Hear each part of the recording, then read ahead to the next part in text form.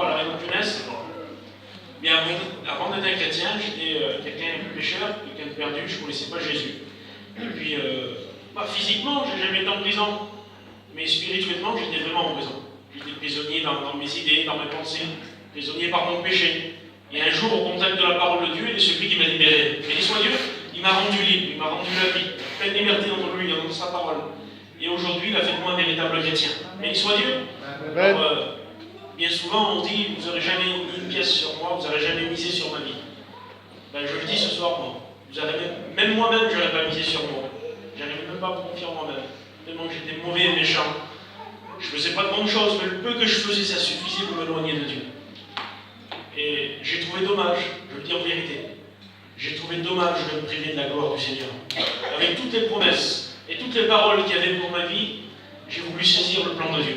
Béni soit Dieu. Ouais. Et puis la première des choses qui m'a permis de saisir, ça a été le pardon et la vie éternelle. Béni soit Dieu. Et ce soir, il y a des personnes qui ne sont pas chrétiennes, qui ne sont pas chrétiennes. Et puis, qu'importe les âges, il n'y a pas d'âge qui compte devant Dieu. Il n'y a que deux besoins, je le dis souvent, et Jésus veut répondre aux besoins. Béni soit Dieu. Ouais. Alors on va écouter notre sœur Maggie, la compagne de Vincent, que Dieu la bénisse.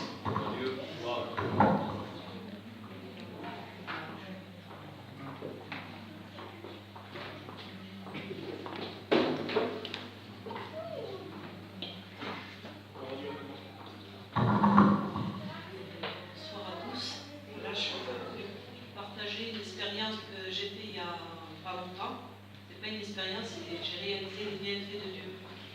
Parce que voilà, toutes les années, c'est vrai qu'on passe des Noëls, les premiers temps en famille, et à chaque fois pour nous c'était un combat dans notre famille. Parce qu'elle a beaucoup d'inconvertis, et chaque fois c'était qu'il fallait vraiment faire attention avec eux et leur faire face en même temps, parce que c'était des inconvertis.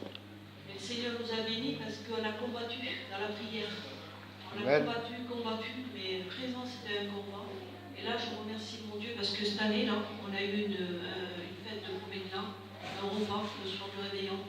C'était pour moi une bénédiction, ça. C'était grave parce que je voyais toute ma famille là, mes petits neveux maintenant qui viennent à Dieu, ils sont chrétiens. Et là, ça s'est terminé, on ne va pas dire en réunion, mais presque. On a chanté des cantiques, ça témoignait. C'était une communion ensemble, on s'est régalé. Et j'encourage les familles qui sont pas chrétiennes de prier sans cesse.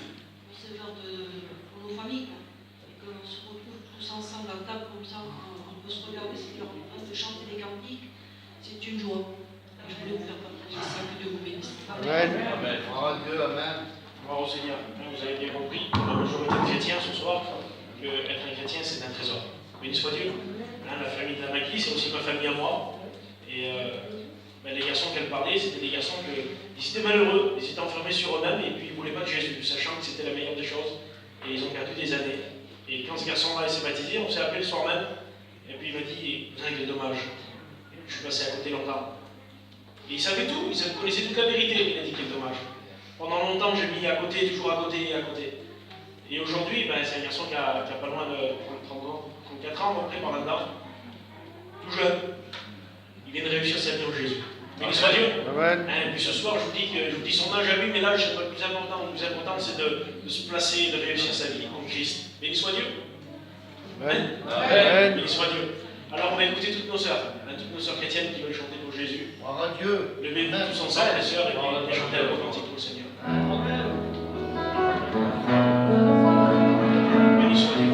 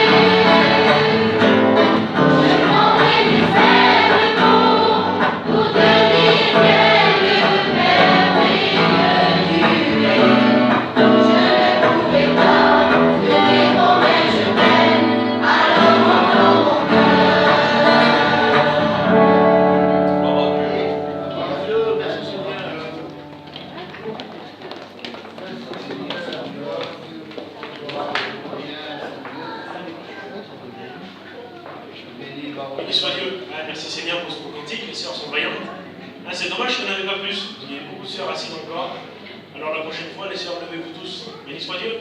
Et même s'il y a peu de place sur l'estrade, c'est pas ici la place plus importante. La place plus importante, c'est d'être à la réunion, de participer. Béni soit Dieu. Alors maintenant, on va écouter tous nos frères chrétiens. Allez, venez les frères, on va chanter une musique ensemble.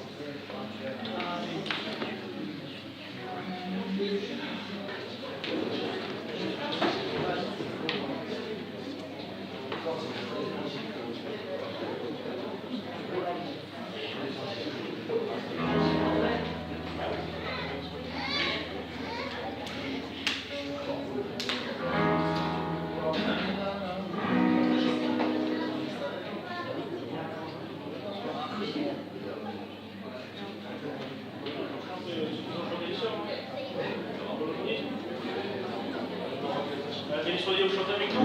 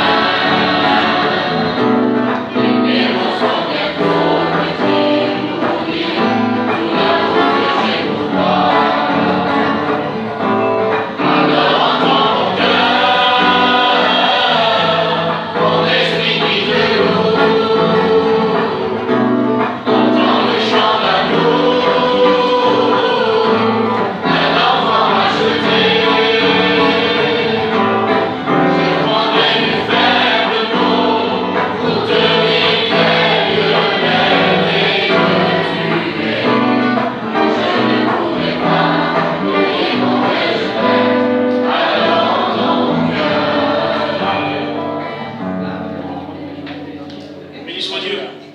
Mes sœurs, vous avez été plus forts que nous. Béni soit Dieu. Alléluia. Alors vous savez, je pensais à beaucoup de choses, et puis on pense, toute la journée on fait que penser, et puis l'homme il pense beaucoup. Et puis je dis, Seigneur, quand tu fais quelque chose pour nous, quand tu fais quelque chose pour moi plutôt, ben, je vais vraiment me presser pour aller le dire, Seigneur, ce que tu fais. Parce que dès qu'il y a quelque chose autour de moi, même que ce soit bon ou moins bon, je cours pour aller porter de mauvaises nouvelles. J'envoie des messages, je dis à tout le monde, priez pour l'autre, priez pour l'autre.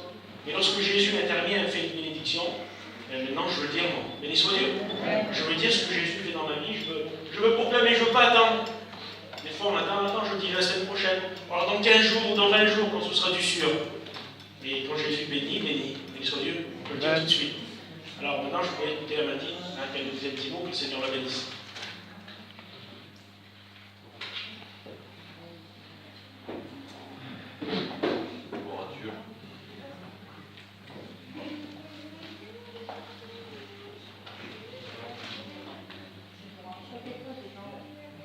Moi, je vais vous dire une expérience que j'ai faite ici, comme je suis arrivée. Ça faisait, sans mentir, ça faisait bien 5 ans que je priais plus haute voix dans les réunions. Et moi, j'avais honte des regards des gens. J'avais honte de l'autre, qu'est-ce qu'ils allaient penser, tout ça. Pourtant, je parle, hein, dans ma langue de la poche. Mais pour ça, je ne pouvais pas. Mon beau-frère Guido dit toujours que j'ai une langue de la poche. Je ne pouvais pas pour ça. Je ne sais pas, pour moi, c'était impossible. Et comme je suis venue un jour à un culte dimanche, c'était la vie qui prêchait. Et elle a prêché sur l'agneau. Je m'en souviendrai comme si c'était aujourd'hui.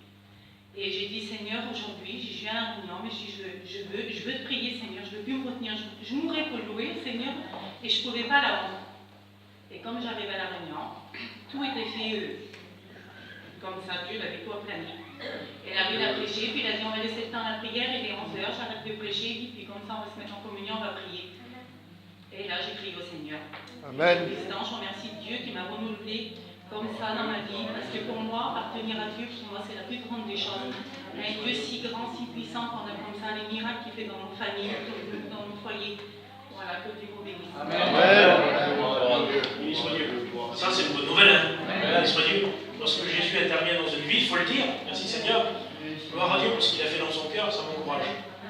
Et puis il y a des personnes parmi nous ce soir qui ont besoin d'être renouvelées, que ce soit dans leur esprit, en Jésus-Christ, dans leur vie spirituelle. Qu'importe ce que vous avez besoin, Jésus peut vous apporter ce soir. Béni soit Dieu, il est là pour vous bénir. Amen. Amen. Pourtant il est Dieu. La logique, ce serait l'être le plus petit qui devrait servir le plus grand. Mais ce soir, c'est différent à cause de son amour. C'est le plus grand qui vient servir le plus petit. Béni soit Dieu. Amen. Alors on va chanter encore un cantique. Amen. Béni soit Dieu. C'est ici. Alors on va chanter ensemble. Voici les signes qui accompagneront ceux qui auront cru. Béni soit Dieu. Voici les signes qui accompagneront ceux qui auront cru, dit le Seigneur. Mon nom est dit, ils imposeront les mains aux malades, ils seront bénis, ils chasseront les démons en son nom, au nom de Jésus. Oui, Jésus n'a pas changé. Il est le même hier, aujourd'hui, éternellement. Ce qui a fait hier, il le fait maintenant. Dans ce lieu, par son Esprit Saint, celui qui croira se fera baptiser au nom du Seigneur Jésus. Celui-là sera sauvé, son sera inscrit dans le livre de la vie. Viens à lui aujourd'hui. On dit bien ensemble. Oui, Jésus n'a pas changé. Gloire à Dieu. Il est le même hier, aujourd'hui, éternellement. Ce qu'il a fait hier, il le fait maintenant.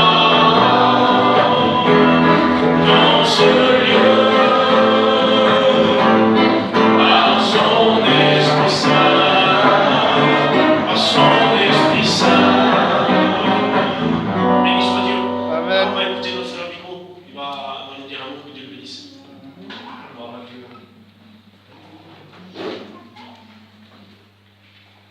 Que Dieu soit béni.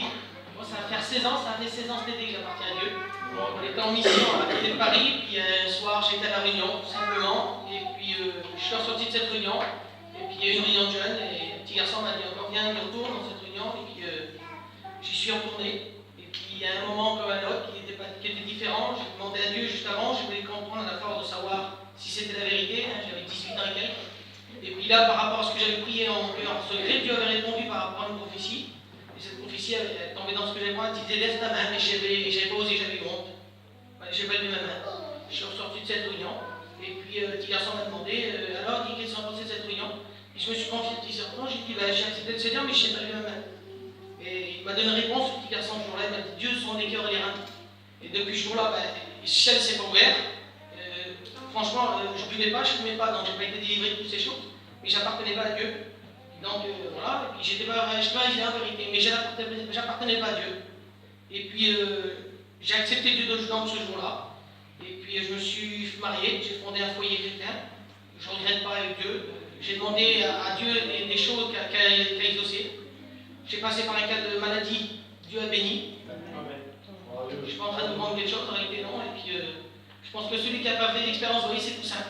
Vous dites à Dieu, vous lui demandez en secret, tout simplement, et un soir, quand vous allez à la réunion, Dieu vous répondra. Amen. Gloire au Seigneur. Béni soit Dieu, c'est ça, il veut changer, transformer.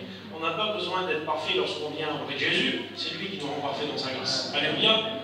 Béni soit Dieu. Amen. Et lorsqu'on vient auprès de Jésus, alors on est comblé.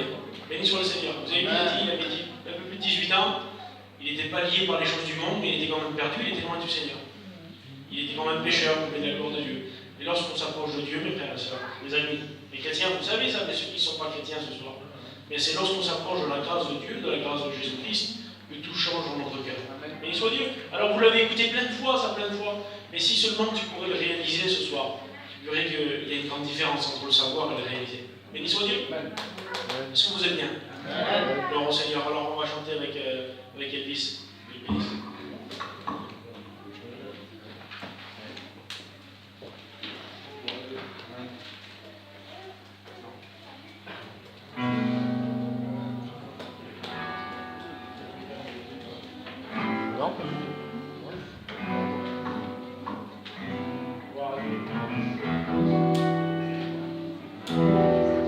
Nous venons à toi aujourd'hui, Seigneur, car tu as changé nos cœurs, nos vies, Seigneur.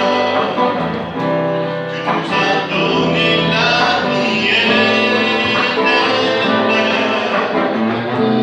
et nous sommes devenus des enfants. Mais un jour de ce monde nous partirons avec le Seigneur Jésus, nous régnerons. Ceux qui resteront ici-bas, que feront-ils sans Jésus?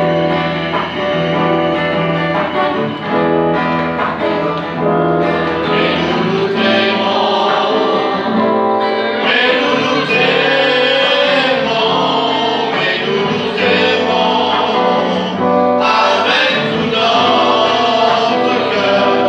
Toi seul, tu es le Seigneur Jésus. Alléluia.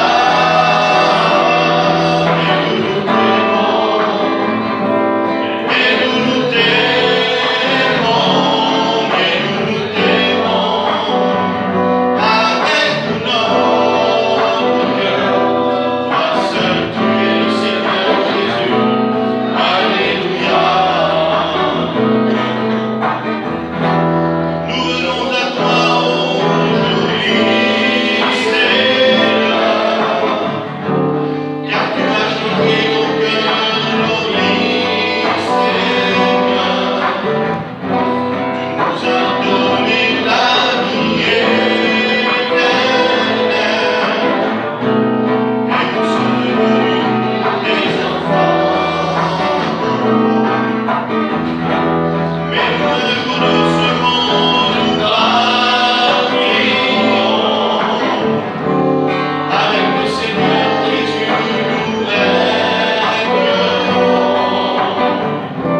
Ceux qui resteront ici-bas,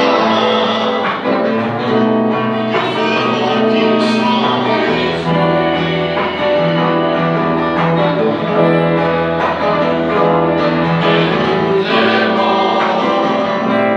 Mais nous nous t'aimons, mais nous nous t'aimons avec tout notre cœur. Toi seul, tu es le Seigneur Jésus. Alléluia.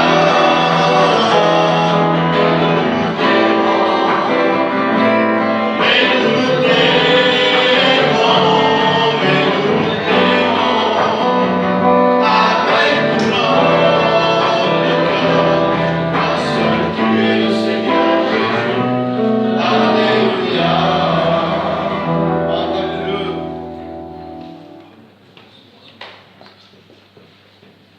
Gloire au Seigneur. Amen. Je pose une question et on continue. Est-ce que vous êtes vraiment bien ici? Amen. Béni soit Dieu. Vous savez que pour certaines personnes, le fait d'être à la réunion sur leur coude, et ils ne sont pas si bien que ça, parce qu'ils savent que dans leur vie, il peut y avoir des changements, des bouleversements, même s'ils ne veulent pas tout à fait. Et la parole de Dieu, elle va parler. Moi, je crois de tout mon cœur que le serviteur est l'amour de Dieu pour nous, et surtout pour celui qui n'est pas chrétien. Et lorsqu'on est face à la parole de Dieu, des fois, elle nous impose des choix, et on doit faire des choix. bien souvent, c'est compliqué de faire un choix. Alors de venir à la réunion, des fois, ça peut gêner certaines personnes. Et le fait d'être là, tu ne peux pas toujours être à ton aise. Il y a des chrétiens qui sont bien, il y en a d'autres qui sont moins bien. Mais j'ai envie de dire ça, moi. Ferme tes yeux, ne regarde pas autour de toi. Et puis laisse-toi bénir par Jésus. Bien sérieux. On va demander au Steven qui nous chante le dernier cantique, un guitariste, et puis ensuite on écoutera la parole du Seigneur. Et Dieu vous bénisse. Amen.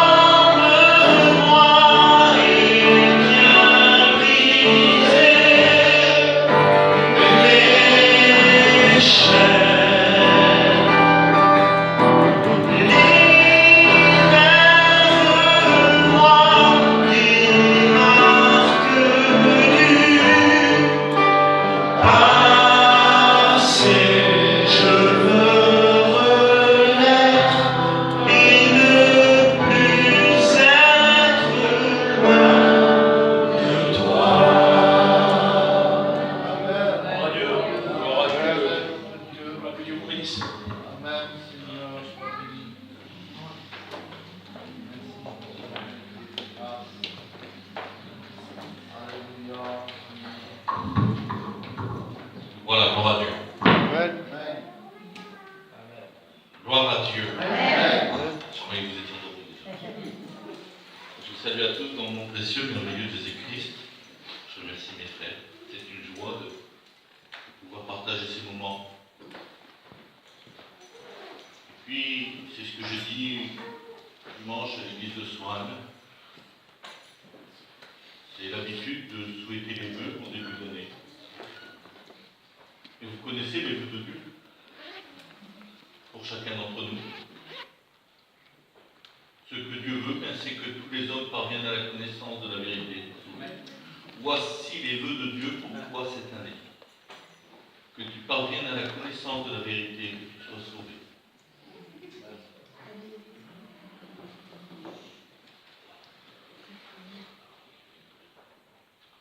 On va prier ici.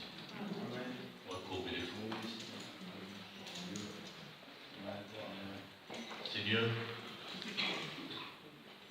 je ne suis rien, je ne peux rien. Ta parole va être annoncée. Les cantiques ont été chantés pour la gloire de ton nom, les témoignages ont été donnés pour la gloire de ton nom. Que ta parole soit annoncée pour la gloire de ton nom, l'édification de ton Église et le salut des âmes. Seigneur mon Dieu, que tes pensées soient en moi, que tes paroles soient en moi, afin que je puisse être un canal de bénédiction pour ceux qui sont là présents ce soir. Conduis toutes choses par ton Esprit Saint, parce que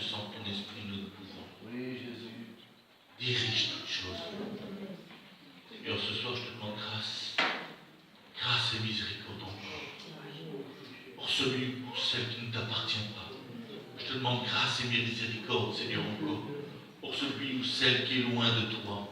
Je te demande grâce et miséricorde encore, Seigneur mon Dieu, pour tous ceux qui sont bien et forts avec toi, afin qu'on aille plus loin ensemble et qu'on soit prêts à ce merveilleux jour qu'on attend avec impatience. Oui, Seigneur, conduis toutes choses au nom de Jésus-Christ, ton Fils bien-aimé. Amen. Alléluia, gloire à Dieu. Amen. Voilà, on va faire une lecture dans l'évangile de Luc, au chapitre 18, verset 18. Vous connaissez pour la plupart ce passage.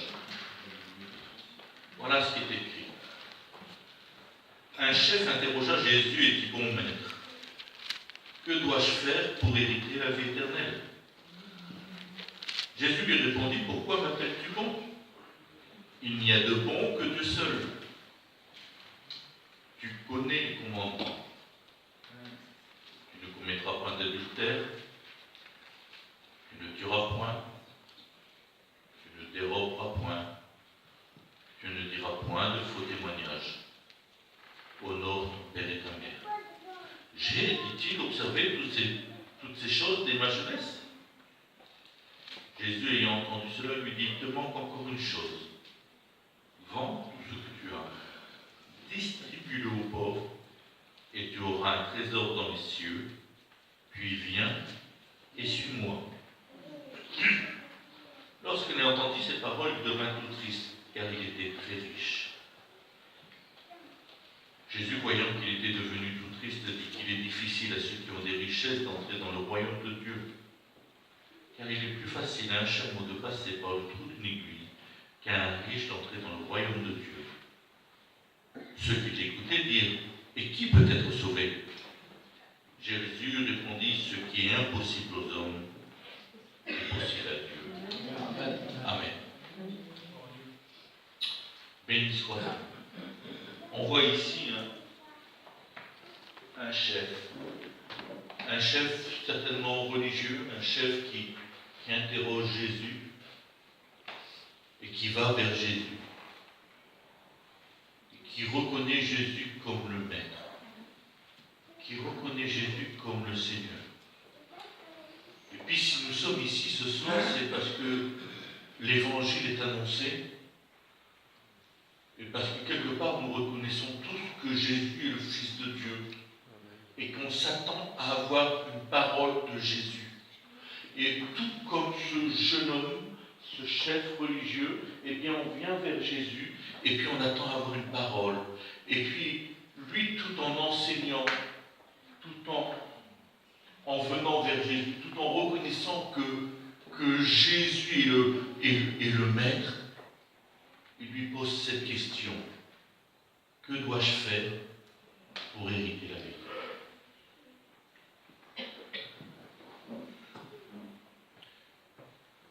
Il instruisait, il savait que Jésus était bon, il croyait en la vie éternelle, mais il y avait un gros souci. Il était perdu. Alors ce soir, je ne sais pas si Dieu m'a mis ce message à cœur, c'est certainement que tout le monde n'est pas sauvé ce soir.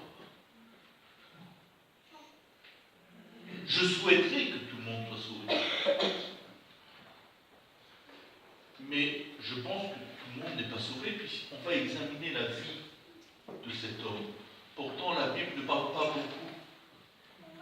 Il y a quelques versets. Et puis il pose cette question à Jésus, que dois-je faire pour hériter la vie éternelle?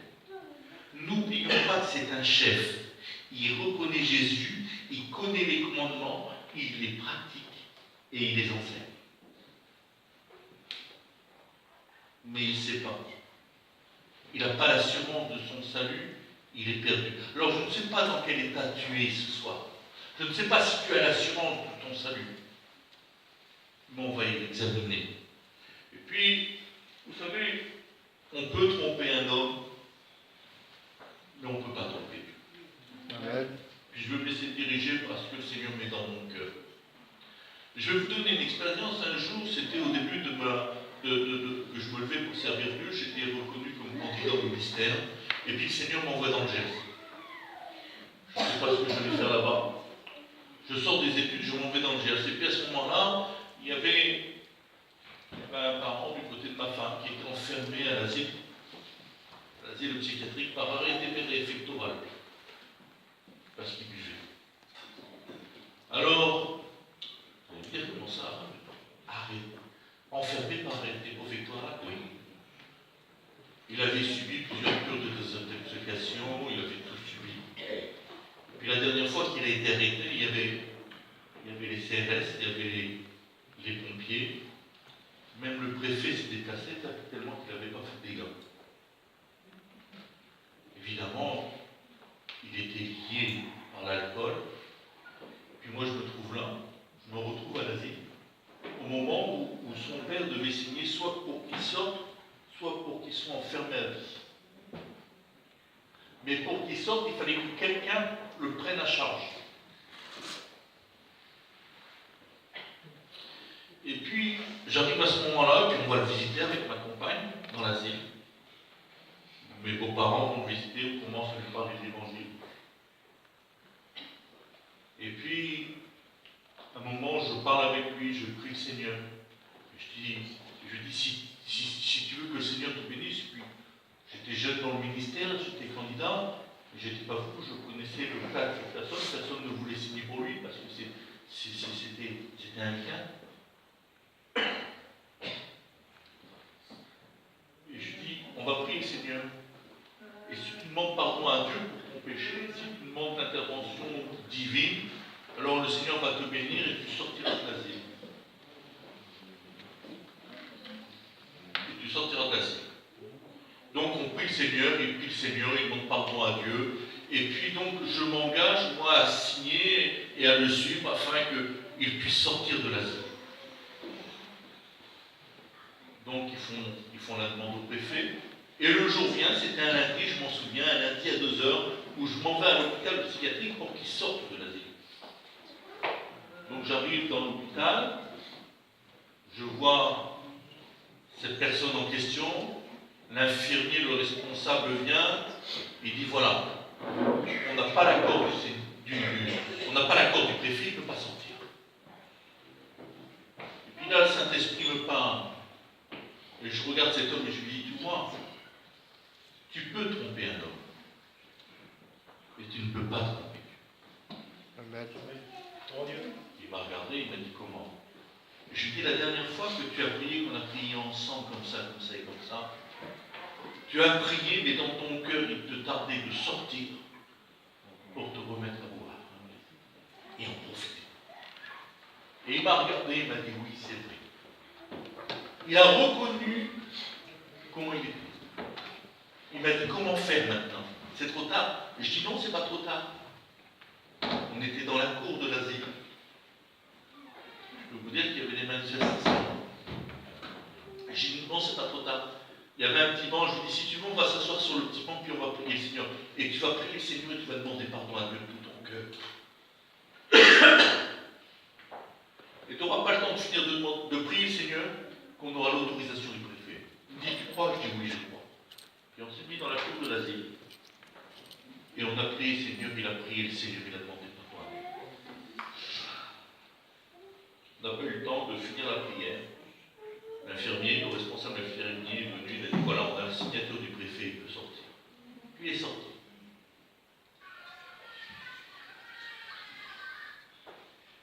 Dans le geste, tout le monde s'attendait à le voir reboire.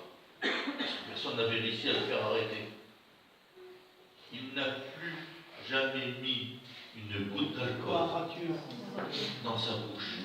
Il a été entièrement délivré. Amen. Ça, c'est la puissance de Dieu. On ne peut rien cacher à Dieu. Alors pourquoi je vais raconter cette histoire? Parce que ce jeune homme riche, ce chef religieux, eh bien, il vient vers Jésus et il lui dit que dois-je faire pour hériter la vie éternelle?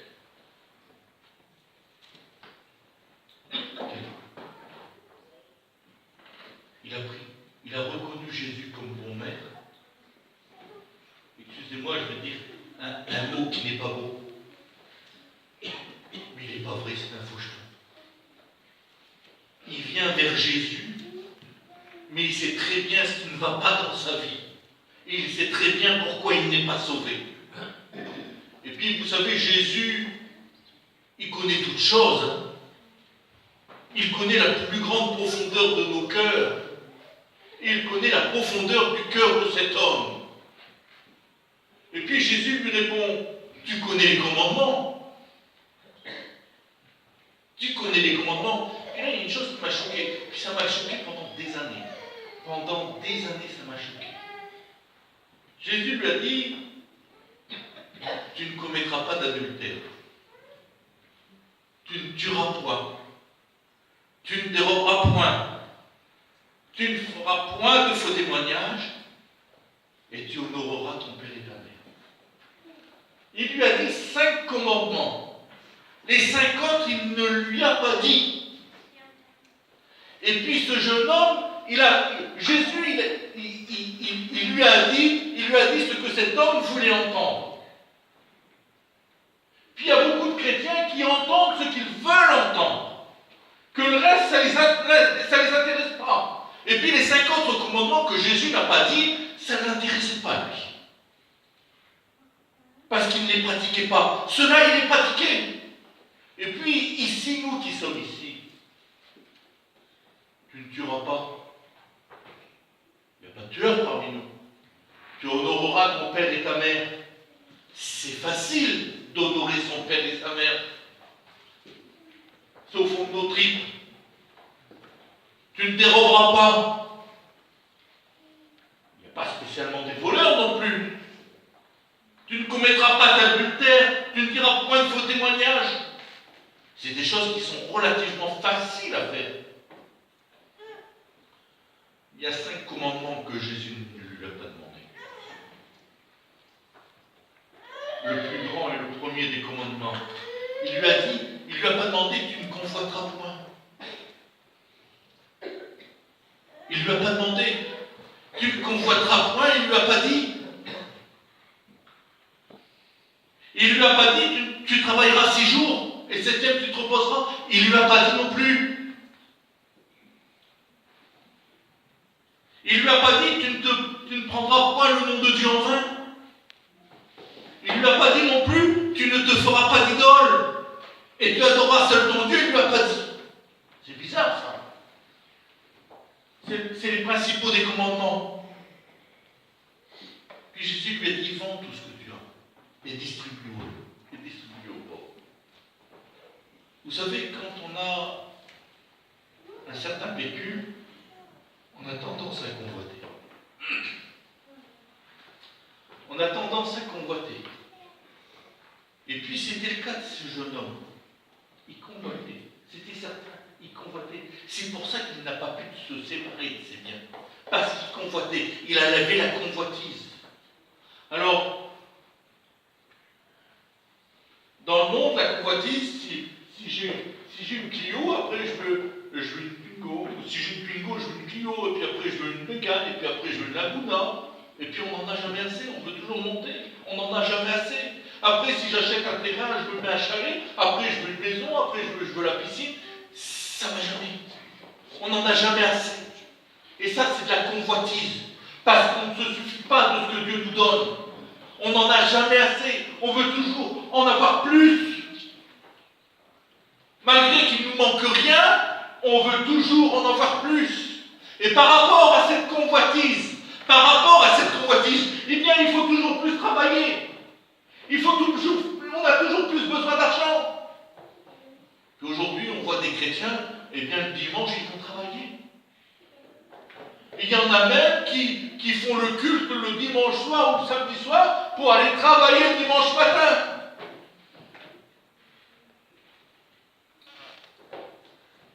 Mais ils sont où les commandements de Dieu? Comment ils sont respectés?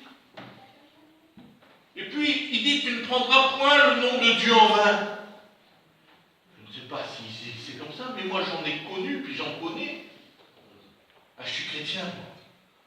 Ne risquez rien.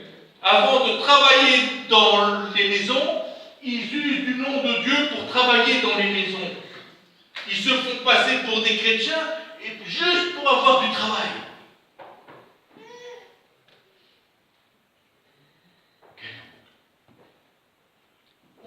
sert du nom de Dieu? Pour quelle raison on se sert du nom de Dieu? Vous savez,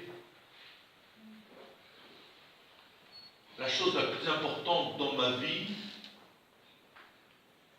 et ma femme le sait, c'est pas mon foyer, c'est mon salut et mon ministère. Et après, c'est mon foyer.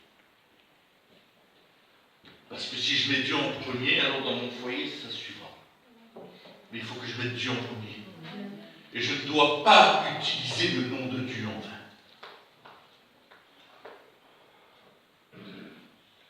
Je me fais reconnaître comme pasteur et je n'ai pas peur de dire que je suis pasteur. Et je n'ai pas peur de témoigner que je suis pasteur. Mais en étant pasteur ou en étant chrétien, bien je dois avoir ce témoignage de pasteur et je dois avoir ce témoignage de chrétien. Amen. Il y en a que je leur témoigne, mon garagiste, des personnes autour, ils m'appellent monsieur le pasteur. Et ils savent que je leur témoigne de Dieu. Ils savent que vous comprenez, je vis la vie de Dieu. Eh bien, ce jeune homme riche, malgré qu'il était un chef, malgré qu'il enseignait, il ne vivait pas la vie de Dieu. Il ne la vivait pas. Alors il convoitait, il était obligé de travailler, certainement qu'il prenait le nom de Dieu en main. Sinon Jésus lui aurait cité le commandement. Tu ne te feras pas d'idole, il lui a dit. Il ne lui a pas dit, tu ne te feras pas d'idole. Parce que l'argent est devenu une idole. Il y a plein de choses qui deviennent des idoles dans nos vies. À partir du moment où une chose prend la place de Dieu, la première place dans notre vie, eh bien ça devient une idole. Je ne peux pas aller à la réunion, j'ai un chantier à finir, je ne peux pas aller à la réunion, j'ai ça à faire. Ça devient une idole parce qu'on ne met pas Dieu en premier. Je ne regarde pas les affaires que j'ai à faire. Je mets Dieu en premier. Mettons Dieu en premier dans notre vie. Laissons-lui la première place. Laissons-lui la première place. Mais si on est attiré par les choses de ce monde, comment peut-on lui laisser la première place? Est-ce que Jésus a la première place dans ta vie ce soir? Et il ne lui a pas dit, tu adoreras seul ton Dieu, parce qu'à partir du moment où on se fait des idoles dans notre vie, alors Dieu n'a plus la première place. On adore d'autres choses. On peut adorer l'argent, on peut adorer le matériel, on peut adorer certaines, je vous dis, comme j'ai dans la pensée, émissions à la télé.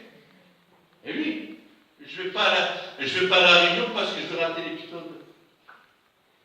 À l'époque, c'était à un moment, c'était Santa Barbara ou Dallas. Maintenant, je ne sais pas, je ne peux pas vous le dire. Je ne regarde pas. Je suis pas à jour. Il y a des années en arrière, c'était Dallas.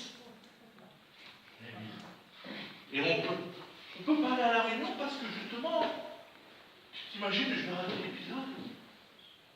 Mais qui est Dieu dans ta vie alors? Qui est Dieu dans ta vie? Qui prend la première place dans ta vie? Si on ose laisser une réunion, c'est vrai qu'une réunion, ce n'est qu'une réunion. Mais je ne vais pas laisser une réunion pour une émission. Je ne vais pas laisser une réunion pour un travail. Je ne vais pas laisser une réunion pour un rendez-vous. Moi, il y en a qui m'appellent le dimanche. Je leur réponds, non mon frère, on est dimanche. Je ne travaille pas moi le dimanche. Je ne travaille pas. Quand c'est l'heure de la réunion, je ne décroche plus, je pose le téléphone, c'est fini. Je laisse tout, foutez-moi la paix. Je téléphone que quand c'est des serviteurs ou des chrétiens, ou quand je ressens que c'est quelque chose d'urgent, parce que je sais qu'il y a un besoin, et que les gens savent que je suis pasteur et qu'ils me demandent de prier. Alors là, oui, je réponds. Mais sinon, je ne suis plus trompé. Je n'en veux pas. Eh bien, ce jeune homme, il a laissé des choses envahir sa vie, qui lui ont fait perdre le salut. Ils lui ont fait perdre le salut. Quel dommage. Alors Jésus lui dit, vends tout ce que tu as et distribue-le aux pauvres.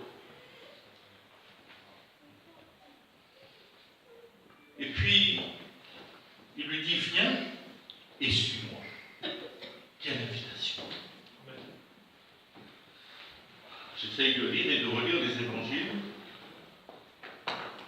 À part les apôtres, il y a 2 personnes jusqu'à présent que je sais que Dieu les a invités à suivre. Ce jeune homme et puis un autre. L'autre qui a dit laisse-moi dire au revoir à mon père et je reviendrai. Jésus lui a dit celui qui regarde en arrière n'est pas digne de la poudre. Vous imaginez l'invitation qu'il a ratée, ce jeune homme, parce qu'il a voulu s'agiter à ce qu'il avait. Il a voulu s'agiter et s'attacher et ne rien laisser pour Jésus. Il aurait peut-être pu être apôtre, je ne sais pas moi. Ce que l'avenir pouvait faire de lui. Mais ce qui était certain, c'est que ça aurait été un disciple de Jésus. C'est certain. Eh bien, il a raté cette occasion. Il est passé à côté de la bénédiction. Pourquoi? Parce qu'il a voulu s'attacher aux choses qu'il avait.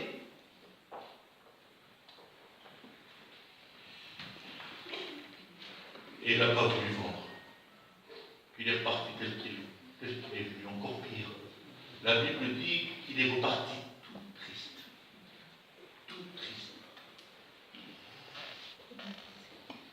Quelle tristesse quand on a le salut. Quelle tristesse quand on n'a pas le salut.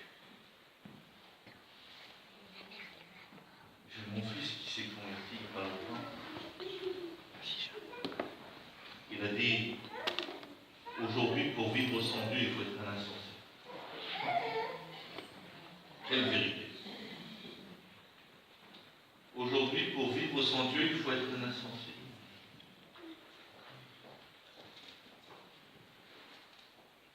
La Bible dit au verset 23, lorsqu'il entendit ces paroles, il devint tout triste car il était très riche. Écoutez la réponse de Jésus. Jésus, voyant qu'il était devenu tout triste, dit qu'il est difficile, écoutez bien ce verset, qu'il est difficile à ceux qui ont des richesses d'entrer dans le royaume de Dieu.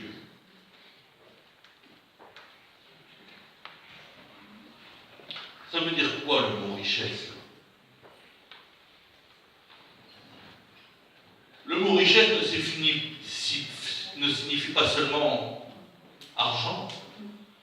Je dirais qu'il est difficile à ceux qui sont attachés, à ceux qui sont liés, qu'il est difficile d'entrer dans le royaume de Dieu.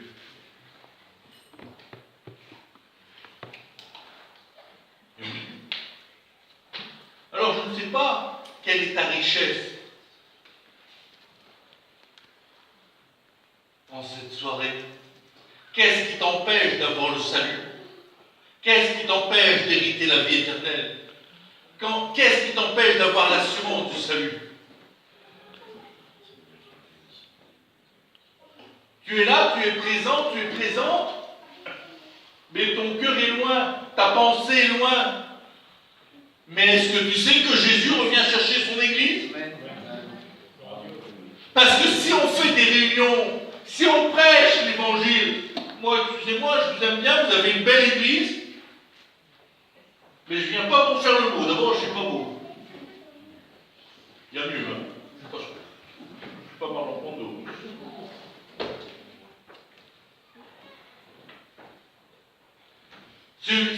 Si on vous prêche l'Évangile, c'est parce que bientôt il va y avoir l'enlèvement de l'Église et que des âmes vont souffrir. Tous ceux qui vont rester sur terre, ça va être une chose terrible. Et on vous apporte quelque chose, on vous apporte une solution à ce problème. L'Église va être enlevée. Mais cette solution, eh bien, c'est que les richesses que tu as, les choses qui te tiennent liées à la terre, ça peut être ton caractère.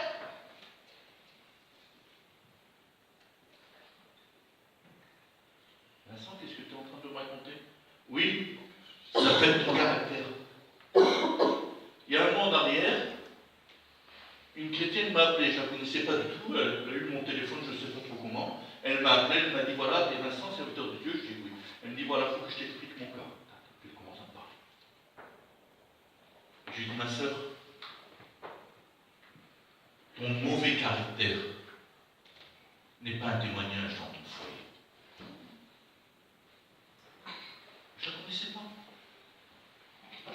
Et je lui dis, ton mauvais caractère n'est pas un témoignage dans ton foyer. Et c'est par rapport à ça que ton mari ne vient pas à Dieu. Par rapport à ton caractère. Puis elle a commencé à en rire. Elle dit, ma soeur m'a dit la même chose il n'y a pas longtemps. Je lui dis, et ton mauvais caractère te fait rire? Oui. Je lui dis, mais ma soeur, dans ta position, excuse-moi de te dire ça, tu es perdu.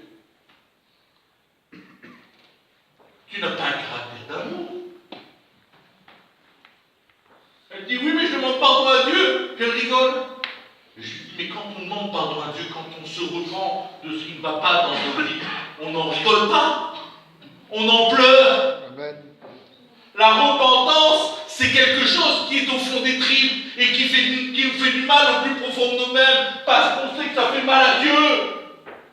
C'est ça la repentance, c'est avoir un regret amer, un regret profond d'avoir quelque chose qui n'est pas à la gloire de Dieu. Et dire Seigneur, ça ne va pas ma vie, mon caractère ne va pas, ma manière de penser ne va pas, ma manière de parler ne va pas, ma manière d'agir ne va pas, ma manière peut-être de travailler ou d'élever mes enfants ne va pas. Il faut que ce soit un regret au fond de toi-même. Si ce n'est pas un regret, ce n'est pas une repentance.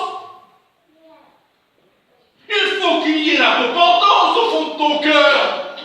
Et tant qu'il n'y aura pas la repentance, tant qu'il n'y aura pas le regret au fond de ton cœur, eh bien il n'y aura jamais le pardon. Il n'y aura jamais la délivrance. Tu auras la délivrance et tu auras le pardon à partir du moment où tu réaliseras que ce qui est en toi n'est pas à la gloire de Dieu et te fait du mal. Si tu ne pleures pas sur ton péché, si tu ne regrettes pas ton péché, si tu ne regrettes pas ta manière d'agir, tu ne seras jamais pardonné. Eh bien, ce jeune homme, il ne regrettait pas sa manière de faire, il ne regrettait pas sa manière d'agir, et c'est pour ça qu'il est parti d'Autriche. Il n'y a pas eu de pardon, il n'y a pas eu de repentance.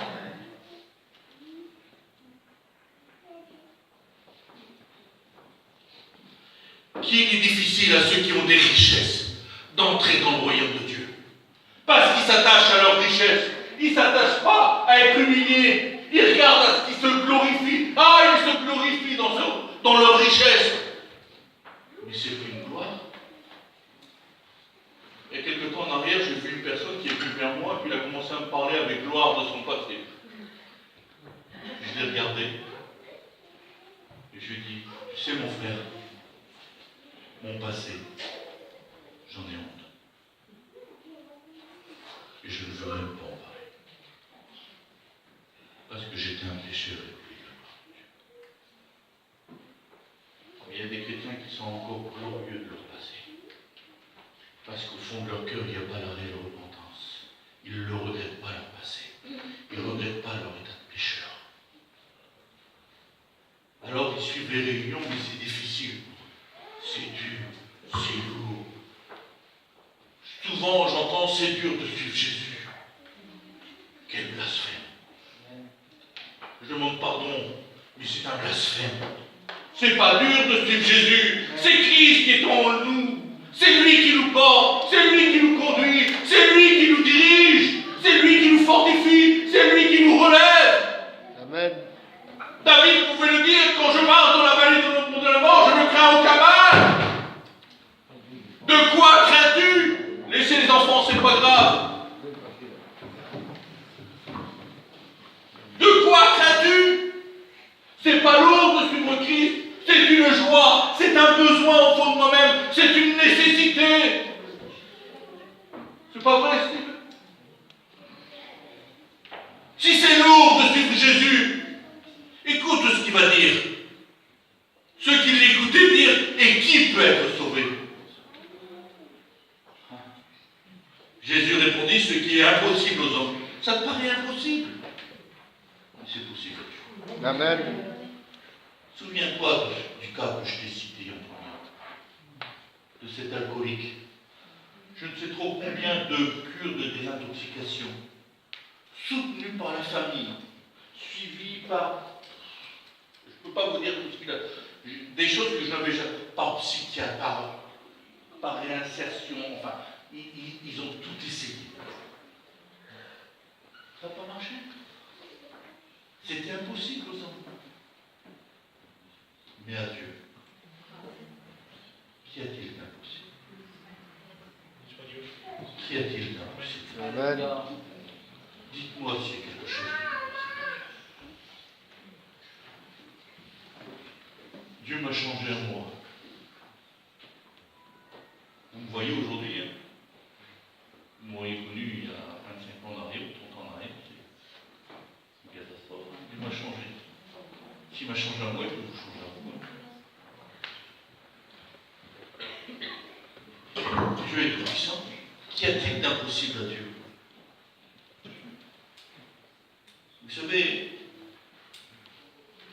les enfants, s'il vous plaît, j'aimerais que vous restiez calmes maintenant. Amen.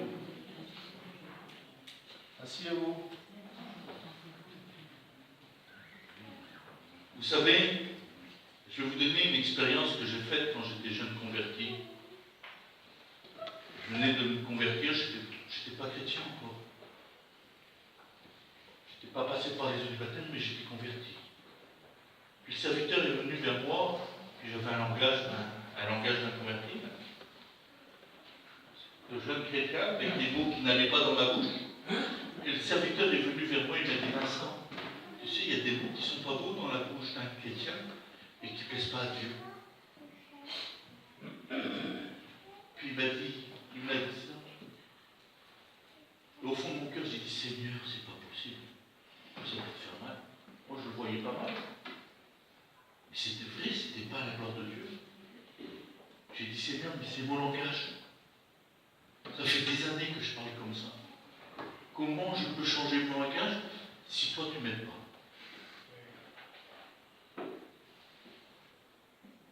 Le lendemain, je parlais différemment. Amen. Pour deux raisons. La première, parce que c'était désagréable à Dieu et je reconnais que c'était désagréable à Dieu. Et la deuxième, parce que je reconnaissais que de moi-même, c'était impossible de changer.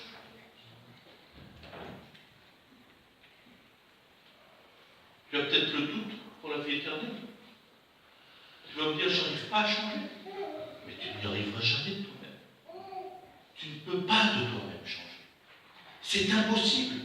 C'est impossible à l'homme de se changer. C'est impossible à l'homme de se transformer. Il va se donner un genre. Vous avez vu, il y en a qui se donnent des genres. Ils s'en vont à Paris, ils reviennent avec l'accent parisien.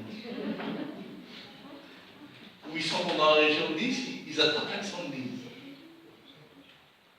Imaginez-vous que je vous fasse l'accent de Manouche. Un véritable gâteau. Il rigole, mon étudiant. Eh oui.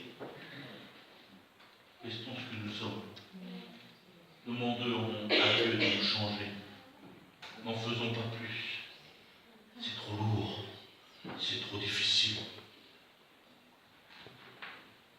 Ce jeune homme, il est reparti tout triste. Parce qu'il n'a pas voulu le conseil de la parole de Dieu. Il a compris ce que Jésus lui disait, comme ce soir tu comprends ce que Jésus te dit. Il comprend ce que Jésus te dit. Tu comprends ce soir. Le Seigneur me met quelque chose dans mon cœur. Peut-être que tu as de la haine dans ton cœur.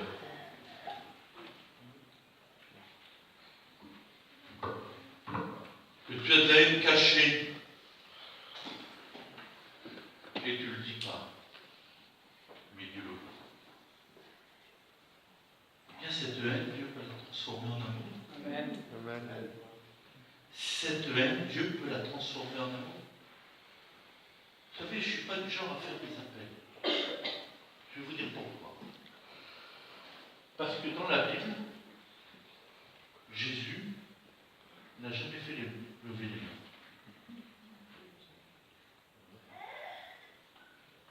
Il n'y a qu'une seule fois où Jésus est allé vers un homme. piscine de Bethsaïda. Parce qu'il était paralytique et qu'il ne pouvait pas se déplacer. Mais tous les hommes, vous savez ce qu'ils ont fait? Ils ont crié à Jésus. Ils sont venus vers Jésus. Et ils ont reçu la bénédiction. Et ce soir, si tu veux venir en Jésus, si tu veux recevoir la bénédiction, il faut que tu viennes de ton cœur. Amen. C'est un engagement qu'il faut que tu prennes. Alors je disais peut-être qu'il y a la haine au fond de ton cœur est cachée. Ben, le Seigneur peut t'en délivrer. Amen. Peut-être que tu te dis aussi que le Seigneur ne me parle pas. Et je n'ai plus la force d'aller à la réunion. Ah oui. Tu les trouves lourdes, les réunions. Tu trouves lourdes la vie chrétienne. Parce que tu ne laisses pas Jésus te porter. Laisse-le agir en toi. Amen. Gloire à Dieu. Vous savez, Nicodème, c'était pas un chef, c'était le docteur. Le docteur de la loi. Il n'y en avait pas 50. C'était lui et personne d'autre. C'est comme si nous on disait le président. Notre président. On va dessus penser à qui? Chez nous. Il n'y en a pas 50. Bien lui, c'était le docteur en Israël. C'était lui qui a enseigné. Il connaissait toute la Torah par cœur, les 623 commandements, les 613 commandements, il connaissait tout par cœur. Et il vient vers Jésus, il dit que dois-je faire pour hériter la vie éternelle? Il le fait exprès ou quoi? Si tu ne nais de nouveau, tu ne peux entrer dans le royaume des cieux. Si tu ne nais de nouveau, le Seigneur veut te changer, veut te transformer entièrement. Amen. Gloire à Dieu. Mais si tu ne veux pas te laisser changer, si tu ne veux pas te laisser transformer entièrement, le Seigneur ne le fera pas. Et les réunions vont être lourdes, et ça va être dur de suivre Jésus. Pourquoi il y a tant de personnes qui sont venues loin de la maison de Dieu? Bien tout simplement parce qu'ils ne laissent pas Jésus-Christ dans leur vie. Et suivre Dieu à tâtons, c'est compliqué. Maintenant, je vais te dire quelque chose. Dépêche-toi de prendre une décision. Pas parce que la réunion est bientôt finie, non parce que le Seigneur revient bientôt. Amen. Amen. Je ne sais pas si je l'ai témoigné dans cette église, je pense. En 2015, j'ai subi une troisième opération à cœur ouvert, où ils m'ont changé l'aorte et la valve et l'aorte sur plus de 50 cm. Et normalement, une opération à cœur ouvert, ça se passe bien. 2, ça commence à poser des séquelles. 3, il y a des séquelles irréversibles. Puis je savais, je devais partir dans les mains de Dieu. Le Seigneur m'avait averti, le Seigneur m'avait averti mon foyer. Et l'opération s'est passée, évidemment, j'ai fait 5 chocs opératoires. Ouais, 5. Un infarctus, une pneumopathie, perte de connaissance avec crise d'épilepsie, le foie a été touché, les reins ont été touchés. Les chocs opératoires ont tellement été importants que quand le professeur est sorti du bloc opérateur, il a dit enfin, voilà, tous les organes vitaux ont été touchés, il faudra qu'ils soient dialysés à vie. Ils le savent, vous savez, avec les appareils qu'ils ont, ils savent la mesure, ils savent ce que vous savez, ils savent que c'est irréversible. Je suis dans le coma. Et dans mon coma, le Seigneur m'a parlé. La première chose qu'il m'a dit, et je voudrais qu'il la dise encore aujourd'hui, parce que ça, c'est il y a 3 ans en arrière. Aujourd'hui, je veux que le Seigneur dise encore la même chose. Ce qui est passé est passé. Et aujourd'hui, on ne doit pas s'arrêter sur des acquis. On doit aller de l'avant avec notre Seigneur. Amen. On doit marcher de progrès en progrès. Le Seigneur m'a dit, Vincent, tu as réussi ta vie parce que tu m'as donné ta vie et tu as fait ma volonté. 2 raisons pour réussir sa vie. Lui donner sa vie et faire sa volonté. Amen. Est-ce que c'est la volonté de Dieu que tu fais dans ta vie? Est-ce que la haine que tu as ou les mauvaises paroles des fois que tu as pour tes enfants, c'est une volonté de Dieu? Ou tes conseils qui ne vont pas? C'est une volonté de Dieu. Le Seigneur m'a montré plein de choses dans mon combat. Et à la fin, il m'a montré mon vase d'or qui représente le cerveau. Il était fondu. C'était le choc opératoire. Il m'a montré mon cordon d'argent. Mon cordon d'argent était devant moi. Il se détendait, il se tendait, il se détendait, il se tendait. Et puis à chaque fois qu'il se tendait, il se coupait. Vous savez, des brins se cassaient, se cassaient, se cassaient. Puis à un moment, il se détend, et dans mon cœur, je dis, Seigneur, s'il se retend, alors je viens te rejoindre. Et au moment où il est détendu, au moment où il va se retendre, le Seigneur met ses deux mains de chaque côté, il commence à me parler. Il continue à me parler.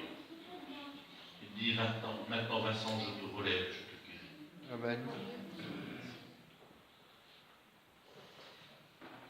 Je suis sorti du coma. J'ai jamais été dialysé. J'ai jamais plus rien eu aux mains, ni aux poumons, ni au foie, ni au cerveau, et même plus de traces de. Amen. Et vous voyez, hein, je suis bien. Invitez-moi, vous verrez. Je suis pas d'origine. Puis le Seigneur m'a parlé. Il m'a dit, maintenant Vincent, je te bénirai. Le Seigneur me bénit. Il me bénit dans mon entreprise. Il me bénit dans ce que je fais. Mais je le mets en premier toujours. Il dit, je bénirai. Et là, il parlait pour mes enfants. Je bénirai ton foyer. Quand le Seigneur m'a parlé, mon fils était rétrograde. Il était contre Dieu, c'était un homme de balle. Ma fille était quittée. Alors que j'étais dans le coma, je savais que ma fille était quittée. Et son foyer n'allait pas du tout. Évidemment, un foyer d'inconverti, ça ne pouvait pas aller. C'est les promesses de Dieu, je me suis attaché à ces promesses. Le Seigneur m'a entièrement guéri, le Seigneur me bénit dans mon travail, et le Seigneur a béni mon foyer. Amen. Il y a 2 ans en arrière, mon fils est complètement converti à l'évangile. Le foyer de ma fille est entièrement dans l'évangile aussi. Amen. Le Seigneur a béni. Et le Seigneur m'a fait une dernière promesse. Il m'a dit, Vincent, tu ne mourras pas. Je viendrai te chercher. Amen. Amen. Et là, il parlait dans les frontières. Oh, au début, on m'a pris pour un fou. On m'a dit, oui, il sort du coma, il n'est pas trop bien encore. Oui. Mais les promesses, le Seigneur me l'a dit dans cet ordre-là. Je te guéris, je te bénis, je bénis ton foyer, et je reviens te chercher. Sur ces 4 promesses, il y en a 3 qui sont accomplies. J'attends la 4e. Alors, vous savez, des fois, avec le temps, la foi diminue. Mais moi, c'est l'inverse. Plus j'attends là, plus j'ai ma foi qui augmente, parce que je sais que le Seigneur est à la porte. Puis, quand j'étais, vous savez, quand je suis sorti de l'hôpital, j'étais pas terrible. Hein. Je faisais pas le poids que je fais là. Hein. J'avais 30 kilos de moins. Un coup de vent, puis je tombais par terre. Je ne pouvais pas sortir avec ce temps-là. Mais un jour que j'ai pu aller à la réunion, j'ai dit, Seigneur, pourquoi tu m'as prêté vie? Seigneur, pourquoi tu m'as prêté vie? Et vous savez ce que le Seigneur m'a répondu? Vincent, avertis mon peuple, parce que je reviens bientôt et mon peuple n'est pas prêt.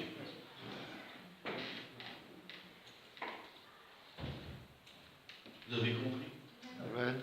Je reviens bientôt et mon peuple n'est pas prêt.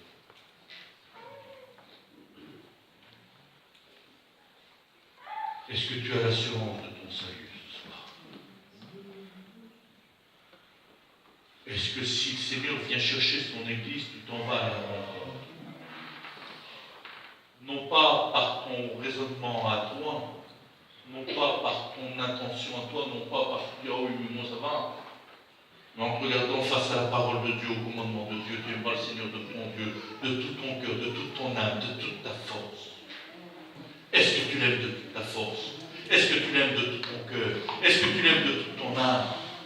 Est-ce que si ta cousine voisine, ton voisin te dit une parole qui va te renifler, ou tu vas laisser faire, ou tu vas prier pour elle.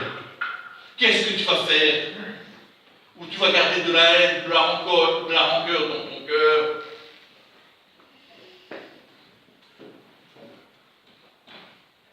Je ne suis pas venu pour juger. Je ne suis pas venu pour condamner, que Dieu me garde, que Dieu m'en préserve. Je suis venu pour t'avertir. T'avertir que le salut, des fois, eh bien, on passe à côté comme ce jeune homme. On passe à côté pour des raisons inutiles, pour des choses qui vont disparaître de cette terre. Mais on s'y attache à des richesses inutiles, à des richesses vaines, parce que tout est vanité, poursuite du vent. Quand tu te retrouves face à la mort, à quoi te sert ton argent, à quoi te sert ton caractère, à quoi te servent tes pensées, tes idées, à quoi te sert ta haine? À rien du tout. Vanité des vanités. Recherche des véritables richesses. L'amour, la paix, la joie en Jésus-Christ. Demande la nouvelle naissance à Jésus. Parce que Jésus l'a dit à Nicodème, si tu ne nais de nouveau, si tu ne nais de nouveau, tu ne peux entrer dans le royaume des cieux. Et quelqu'un qui est né de nouveau ne peut plus pécher, ne peut plus pratiquer le péché, parce que ça lui fait mal au fond de lui-même.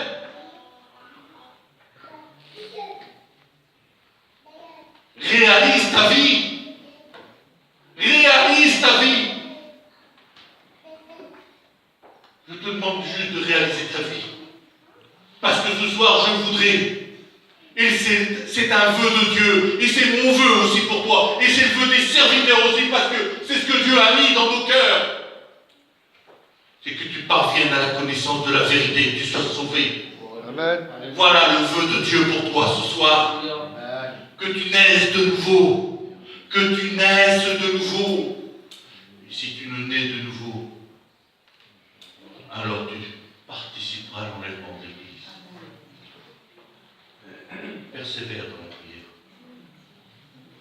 Persévère dans le partage de la parole, dans la lecture de la parole. Je ne veux pas aller plus loin. On va courber les fronts, on va prier. Amen.